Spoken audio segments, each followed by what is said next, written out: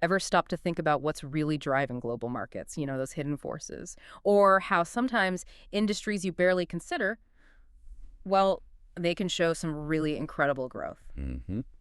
Today, we're going deep on exactly that kind of topic. We're diving into the fascinating world of the global condensing oil boiler market. Right. And our goal here, really, is to give you the clearest possible picture based on the latest data from cognitive market research. We're going to cut through the noise. Okay. We'll look at the sales revenue figures Yeah. starting back in 2021, then projecting out to 2025, and even forecasting way ahead to 2033. A long view. Exactly. And we'll hit those compound annual growth rates, the KGRs, across all the key regions. So Yeah. think of this as your shortcut to getting properly informed about this specific, but actually pretty dynamic sector. Before we jump right into those numbers, though, maybe let's just quickly clarify. What is a condensing oil boiler? Why is this market something we're even talking about growing? Yeah, that's crucial context because it really explains the why. See, older boilers, conventional ones, they waste a lot of heat just straight out the flue, the exhaust. Right, you can feel it if you stand near the vent sometimes. Exactly. But condensing boilers, they're smarter. They're designed to capture heat that would otherwise be lost. They actually cool the exhaust gases down until the water vapor inside condenses. Ah, hence the name condensing. Precisely. And that process releases latent heat, which the boiler then reuses. So they're way more efficient, often 90% efficient or even higher. Okay, that makes sense. And that efficiency, that's a huge driver for market growth. People, businesses, everyone's looking for ways to save on energy costs and, well, be more sustainable. So better efficiency, lower bills, maybe greener heating. Got it. Okay, with that baseline, let's look at the global picture. Because honestly, when we saw these numbers, it's kind of startling. This market isn't just growing steadily, it's set to more than double. It really is. What's striking globally is just the scale of the expansion they're forecasting. Yep. So back in 2021, the market was just over $1.36 billion in sales revenue. Okay, $1.36 billion. Then it's projected to hit almost $1.8 billion by 2025. But the big jump is to 2033. They're forecasting a substantial $3.06 billion. Wow, over $3 billion. Yeah. And that works out to a really robust global compound annual growth rate, a CAGR, of 7%. I mean, think about that. Adding nearly $2 billion in value in, what, just over a decade? Yeah. It's significant momentum. 7% globally, year-on-year compounded. That is definitely an impressive picture. But, global numbers hide regional stories. It never plays out the same everywhere. So where's this growth really concentrated? Let's start with North America. It's a big market, right? Absolutely. North America is a major contributor. Yeah. And it shows really solid, consistent growth. The region clocked in around $387 million back in 2021. Oh. That's expected to rise to over $503 million by 2025, and then push past $850 million, about $856 million by 2033.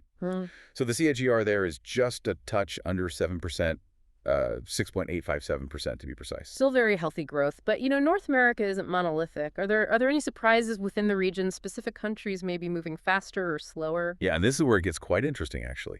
The U.S., well, leads the pack, no surprise there. Largest share, $264 million in 2021, and forecast to grow to over $563 million by 2033. Okay, the biggest piece of the pie. Right, but look at Canada and Mexico. Canada started at $83 million in 2021.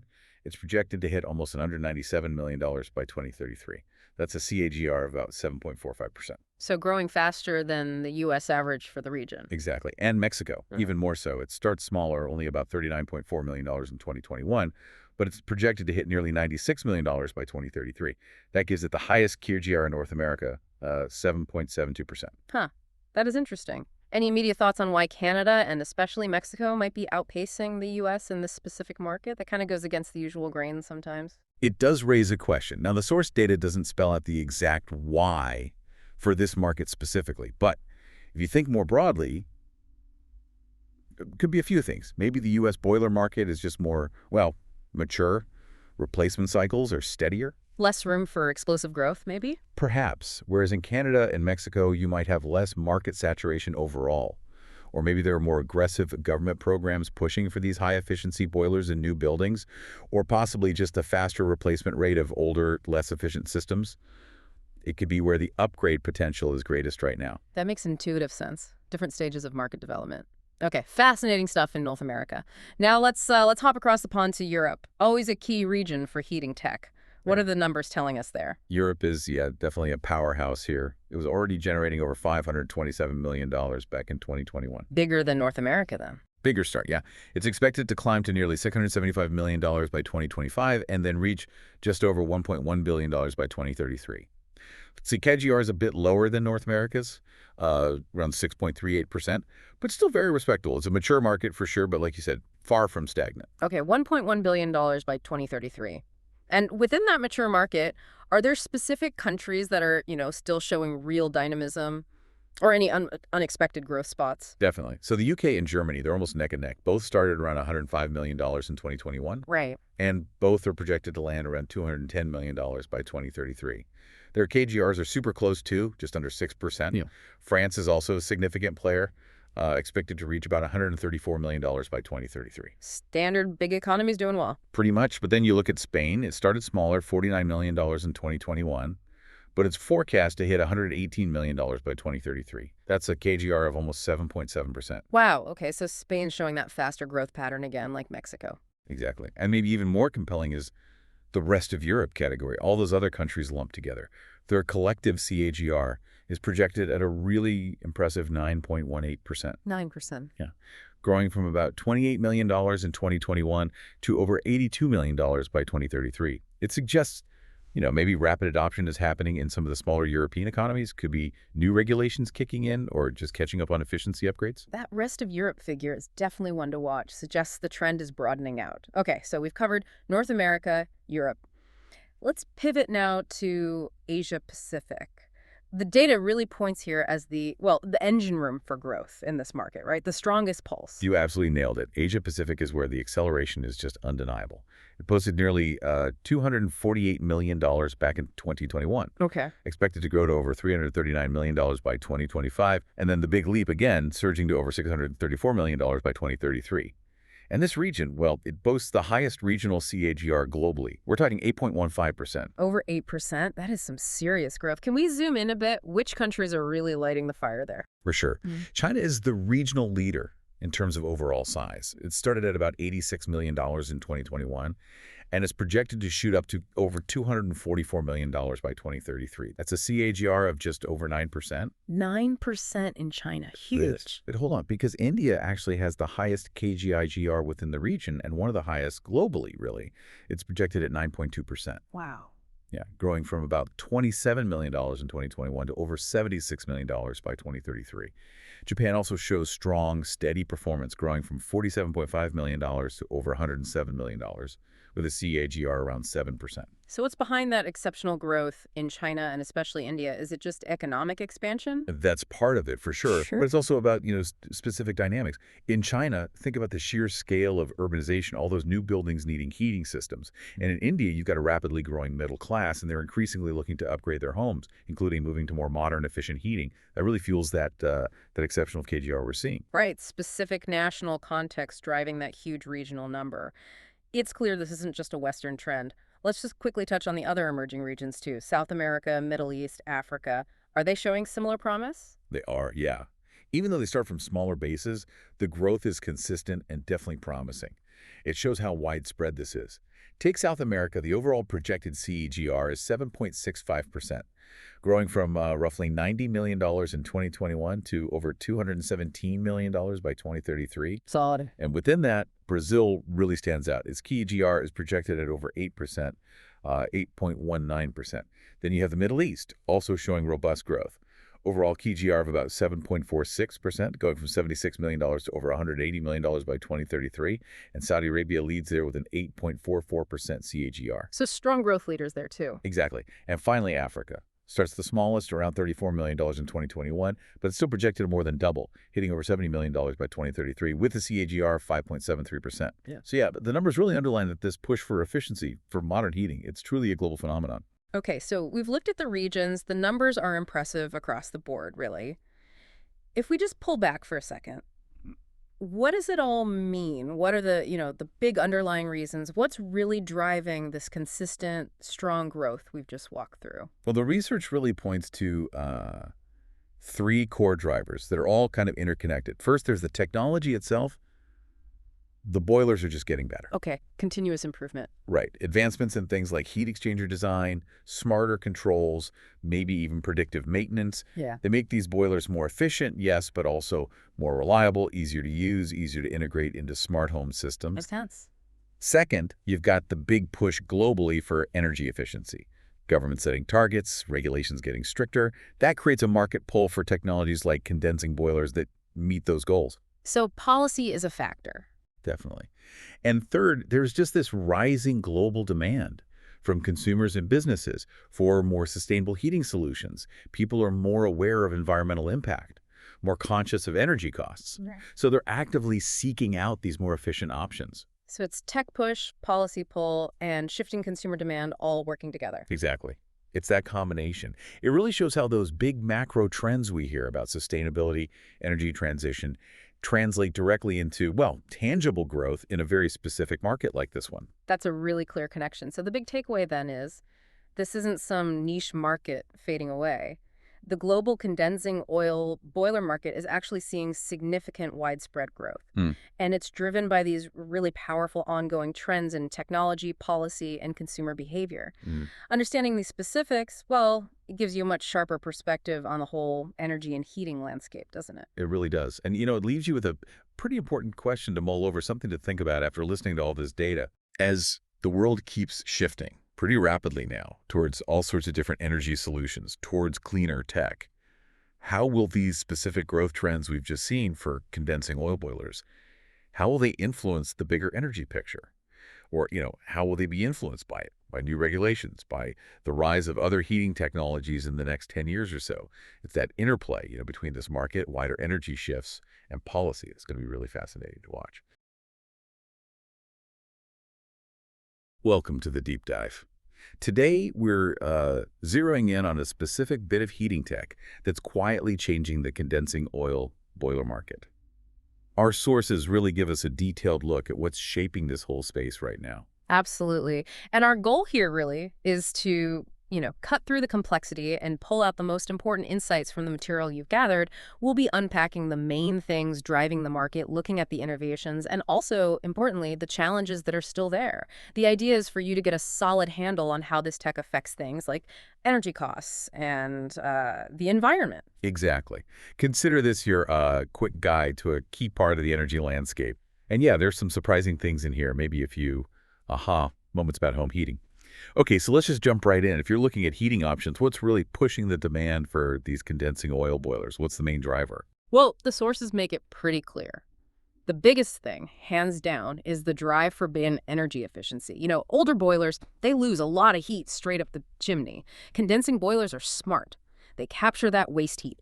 We're talking thermal efficiencies often over 90%, sometimes even hitting like 95%. Right, over 90%. So compared to maybe an older system that's, I don't know, 70% efficient, what does that actually mean for someone's wallet? Are we talking noticeable savings? Oh, definitely noticeable. The sources suggest homeowners upgrading could potentially cut their fuel use by maybe 20, even 30%. That's real money back in your pocket year after year. And it's not just people wanting to save money. Government incentives are also giving this a big push. We're seeing more adoption in homes and businesses because of that support. Okay, so saving money is huge. But what about the bigger picture, the sustainability angle? How do these boilers fit in with, wanting to reduce our impact? That's a key point. They help because, first, the combustion technology itself is better, cleaner. It minimizes emissions right off the bat. But the really clever part is capturing heat from the flue gases. They cool those gases down until the water vapor inside condenses. That process releases extra heat, latent heat that usually just escapes. So essentially, it turns waste heat into useful energy for your home. Hmm. Waste into energy. So it's not just burning the oil more cleanly, it's squeezing more useful heat out of every drop. That feels like a significant step for something still using oil. Precisely. That efficiency boost, plus the lower emissions, means they align much better with current climate goals and regulations compared to the older models. Makes them a more eco-conscious choice, relatively speaking. And you mentioned adoption earlier. What about people just replacing their existing systems? That sounds like a massive factor on its own. It really is. Yeah. Especially in more developed regions, yeah. Our sources show a big trend in retrofitting. People are taking out those older, less efficient boilers and putting in these modern condensing ones. It solves two problems. It keeps them compliant with new energy standards, and for the homeowner, it means long-term savings on fuel and often fewer repair headaches, too. It's just practical. But even with all these strong points driving the market, it's not all straightforward. There are definitely hurdles. It's interesting because the benefits are clear, but so are some pretty significant constraints. Right, that makes sense. Right. If they're so good, why isn't everyone grabbing one immediately? My first thought goes to the price tag. Is it the initial cost? Bingo. Yeah, the high upfront cost for installation and the boiler itself is probably the biggest barrier. And it's often not just the boiler. You might need to redesign the flue system, the chimney setup, because the exhaust is cooler and more acidic. That can mean, extra work, sometimes structural changes, especially in older houses, plus maybe insulation upgrades to really get the most out of it. So it can become quite a project, not just a simple swap out.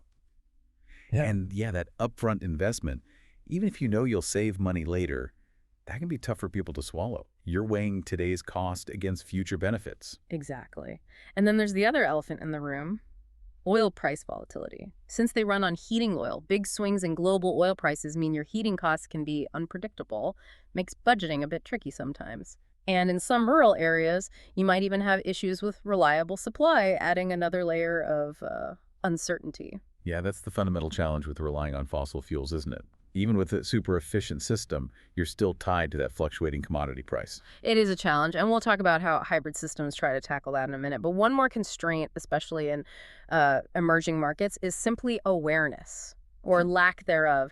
A lot of consumers in certain parts of the world just don't know much about condensing technology or its advantages. Really? So they might not even consider it because they haven't heard of it, Yeah. and they end up choosing something cheaper but way less efficient. That's often what happens, yeah. And it's made worse by a shortage of, technical expertise and skilled installers in those areas. So it's partly an education issue, partly an infrastructure one. Okay, so we've got the drivers, we've got the roadblocks, but things are always moving forward. Let's shift gears to the future. This is where it gets really interesting. What trends are shaking things up? Well, one huge trend is integrating smart tech. Smart thermostats, IoT controls. That's becoming standard. Today's condensing boilers are getting connected. You can monitor them, control them remotely. It's not just about convenience, though. Right, like turning the heating up before you get home. That's handy. But what's the real game changer with these smart systems day to day? It's actually the learning capability, the predictive stuff. These systems learn how your house heats and cools, learn your routines, and then they optimize the heating cycles automatically. So they use less fuel without you really noticing or having to constantly fiddle with the thermostat. It boosts efficiency and makes things easier, managing costs better behind the scenes. And another really promising trend, especially thinking about that oil dependency issue we mentioned, is the growth of hybrid systems.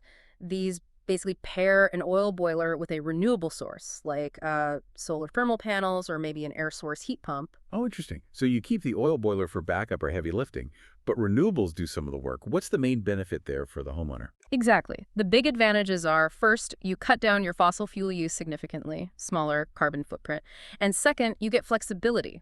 The system can choose the cheapest or most efficient source depending on the weather, the time of day, maybe even energy prices. That's really valuable in places where the climate varies a lot. It builds resilience, keeps you comfortable without costing a fortune. If we connect this to the bigger picture, it's about making home energy more diverse and more robust. And then, just practically speaking, are the boilers themselves changing, getting smaller or easier to handle? Yes, absolutely. Compact and modular designs are really catching on. Manufacturers know space is often tight, especially in cities or newer builds with small utility rooms. So they're making these units smaller, more space efficient. And these newer designs are often easier to install and maintain too, which is good news for both the installers and ultimately for you, the homeowner. Streamlines the whole thing. So wrapping it all up, it's clear the condensing oil boiler market is, well, it's complex. It's this mix of innovation pushing forward, regulations demanding change, and that constant sustainability pressure. It's definitely evolving, offering real chances for energy savings and cutting emissions, but as we talked about, still wrestling with those challenges of cost, awareness, and fundamentally the reliance on oil. Yeah, definitely a dynamic space. No easy answers, which makes it interesting. So, thinking about all that, the push for efficiency, the emissions goals, but also the cost hurdles and the oil issue. Here's something to ponder. How might these advancements, like the hybrid systems or maybe even smarter AI-driven controls, completely change the heating game for your own home in the future? What possibilities open up then? Thanks for joining us for this deep dive today. We hope it gave you some food for thought, and we encourage you to keep digging deeper.